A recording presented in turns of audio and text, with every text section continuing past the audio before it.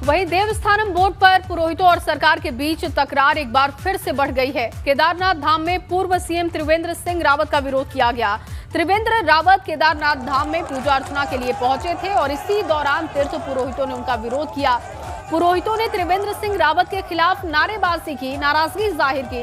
दरअसल देवस्थानम बोर्ड त्रिवेंद्र सिंह रावत के समय पर गठित किया गया, जिसे लेकर पुरोहितों में त्रिवेंद्र सिंह रावत के खिलाफ काफी गुस्सा है। ये तस्वीरें देखिए, पूर्व मुख्यमंत्री बाबा केदारनाथ के दर्शन करने के लिए पहुंचे थे, लेकिन वहां पर तीर्थ पुरोहितों ने उन्हें रोका।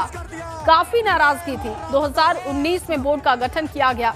उस वक्त मुख्यमंत्री थे त्रिवेंद्र सिंह रावत और तीर्थ पुरोहितों की तरफ से लगातार ये मांग की गई थी कि बोर्ड को भंग कर दिया जाए, लेकिन उस पर उस वक्त के मुख्यमंत्री त्रिवेंद्र सिंह रावत ने कोई कदम नहीं उठाया। इसी बात को लेकर नाराजगी थी और जब पूर्व सीएम त्रिवेंद्र सिंह रावत आज केदारनाथ धाम पहुंचे तो नाराजगी का सामना उन्हें करना पड़ा।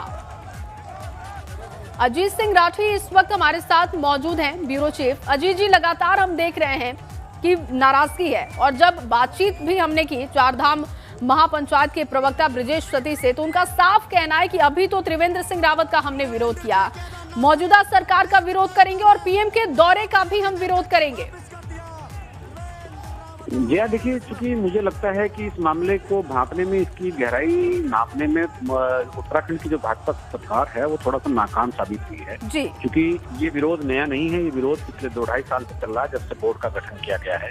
ये विरोध नया नहीं है, ये हरदम चलता रहा है, विरोध होता रहा है। गर्मी, सर्दी, बरसात, तीर्थ पुरोहित, पंडे, पूजा पाठ करने वाले कर्मकांडी लोग धरने पर बैठे रहे हैं। सरकार को इसका संज्ञान पहले ही लेना चाहिए था। एक बात। दूसरी बात यह है कि अभी 4-5 तारीख को प्रधानमंत्री नरेंद्र मोदी यहाँ आने वाले हैं और वो पिछले कई सालों से ऐसा एक अनवरत सिलसिला उनका बना हुआ है कि वो केदारनाथ धाम के कपाट बंद होने के अवसर पर यहाँ आते हैं और पूजा अर्चना करते हैं।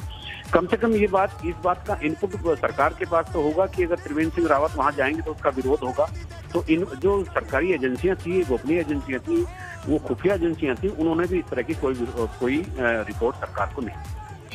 सरकार ने अपनी तरफ से भी इसमें बहुत ज्यादा मॉनिटरिंग नहीं की और मनोहर कांत बिहानी, एक पूर्व सांसद है, उनकी अध्यक्षता में एक कमेटी बनाकर ये तीसरी कर ली। और उस तमाम तरह की कमेटियों में जितनी कमेटी बनी थी, तीर्थ पुरोहित और पंडों का ये आरोप है कि उनमें उनके प्रतिनिधियों को पर्याप्त संख्या में प्रतिनिधित्व नहीं मिला। तो जब शुरुआती दौर में ही जब कमेटी का गठन किया गया कि तो ये चारधाम यात्रा बोर्ड रहे या ना रहे, इसके लिए कमेटी बनी और उसमें तीर्थ पुरोहितों को पर्याप्त स्थान नहीं मिला, तो तब से ये लगने लगा था कि ये मामला यहाँ पर बहुत और पेचीदा हो जाएगा। पुष्कर सिंह धामी ने कमेटी जरूर बनाई, लेकिन कमेटी बनाने के आगे सरकार 2 कदम भी नहीं चली और लगातार तीर्थ पुरोहित कह रहे हैं कि हमें किसी भी कीमत पर ये देवस्थानम बोर्ड नहीं चाहिए। सदियों से चली आ रही जो परंपरा पूजा पाठ की पद्धति की है, जो अपनी परंपराएं हैं, जो धार्मिक परंपराएं हैं, तो वो चाहते हैं कि वो नैसर्गिक तरीके से जिस तरह सैकड़ों वर्षों से वो चली आ रही है उसी तरह से चलनी चाहिए। अब चूंकि चुनाव आ रहा है, तीर्थ पुरोहित और जितने भी पंडे हैं, जितने भी पूजा पाठ करने वाले तीर्थ पुरोहित हैं, उनके सामने एक ये अवसर है कि चुनाव से पहले वो सरकार पर पूरा दबाव बनाएं। और यही क्यों कि तमाम ऐसे संगठन हैं जो इस तरह सरकार पर दबाव बनाने में लगे हुए हैं। लेकिन ये मामला आस्था से, धर्म से जुड़ा हुआ है, तो इसलिए इसकी संवेदनशीलता को इससे इंकार नहीं किया जा सकता। और जिस तरह से इसका आज मैसेज जा रहा है, तो त्रिवेंद्र सिंह रावत ने जिस तरह से अपने निर्णय से पीछे हटने से इंकार कर दिया था, उससे लगता है कि त्रिवेंद्र सिंह रावत के रुख को लेकर तीर्थ पुरोहित और पंडों को ज्यादा नाराजगी है।